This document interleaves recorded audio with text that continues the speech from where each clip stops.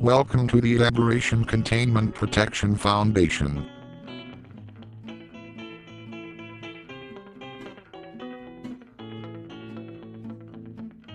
Welcome new recruit. If you are seeing this, you have been selected to be part of the Aberration Containment Protection Foundation. Your task here will be to deal with various anomalous entities we call aberrations.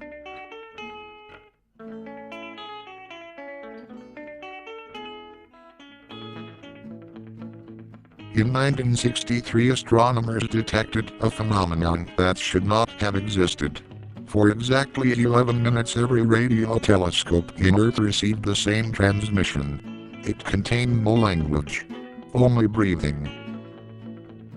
3 months later, impossible events began appearing across the globe, not monsters from another world, but places, people, and objects that seemed to have been edited by reality itself.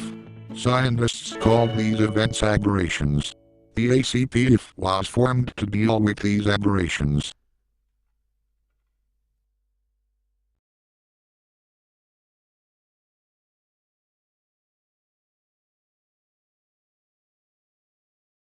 Aberrations are more than biological or physical hazards. They are fragments of reality that do not belong in our own. A single uncontained aberration presents a manageable risk.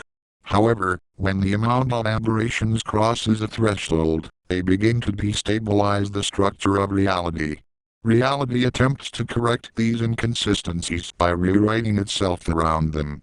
Imagine a programmer rewriting sections of code to accommodate a broken core function instead of removing it. The program continues to run, but it is no longer the same program.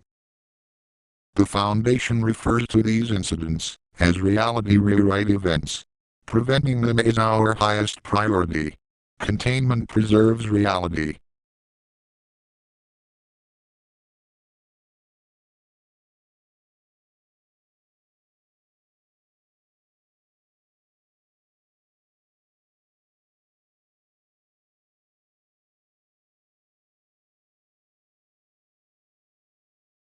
Never enter a containment chamber without authorization. Report any structural change immediately. Hallways do not lengthen. Rooms do not move. Maps do not become outdated. If they appear to have done so, assume your perception has not failed. Fail.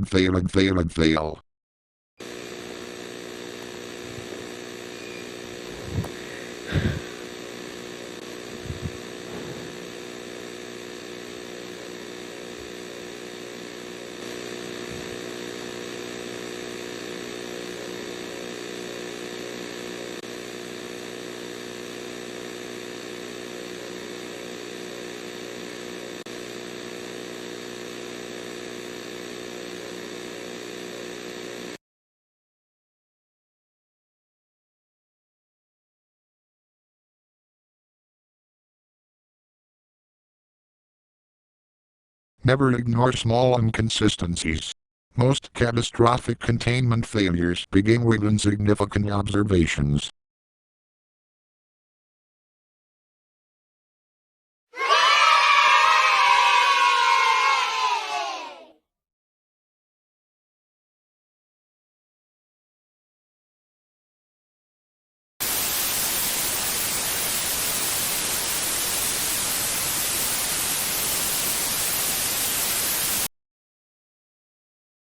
If you're watching this, then I've chosen not to erase it, which means somewhere deep inside me, there is still a part that believes someone deserves an explanation. I do not expect forgiveness. I do not even ask for understanding. In 3 days, this facility will suffer what the Foundation will record as a catastrophic containment breach.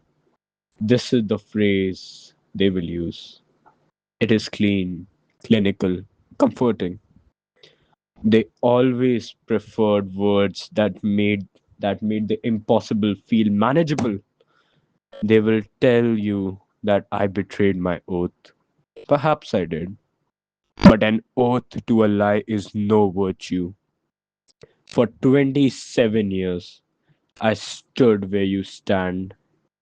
I watched impossible things claw at steel doors. I signed the reports. I buried friends. I listened to frightened young researchers tell themselves that one more containment chamber, one more protocol, one more sacrifice would finally buy us peace. Yet every year there were more aberrations than the year before. More fractures, more impossible places, more things that should have never existed. We call it coincidence. We call it statistical growth. We call it anything except what it truly is, a pattern. The foundation believes the world is under attack. I no longer believe that. I believe the world is changing. There's a difference. We fear change because we mistake it for death. We are scared of a new beginning. Every forest burns before it grows again. Every star dies before new worlds are born. Every evolution has always appeared monstrous to those witnessing it. We simply happen to be alive for the next step. You know the name given to the intelligent being, Entity Zero. I have read every document ever written about it. None of them prepared me for the dreams. They began 9 months ago. Every night, the same place, a sky without stars, a sea without water, and something waiting beyond the horizon. It never threatened me. It never demanded worship. It never spoke. It only watched until one night. It asked me a single question. Why do you preserve a wound? I woke up. I could not answer, but the question never left. I kept on thinking about it. I didn't have an answer for it. Weeks later, I found others.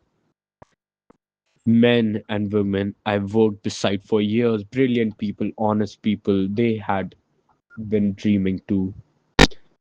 We did not find one another, we recognized one another. The foundation calls us traders. We call ourselves the rewriters.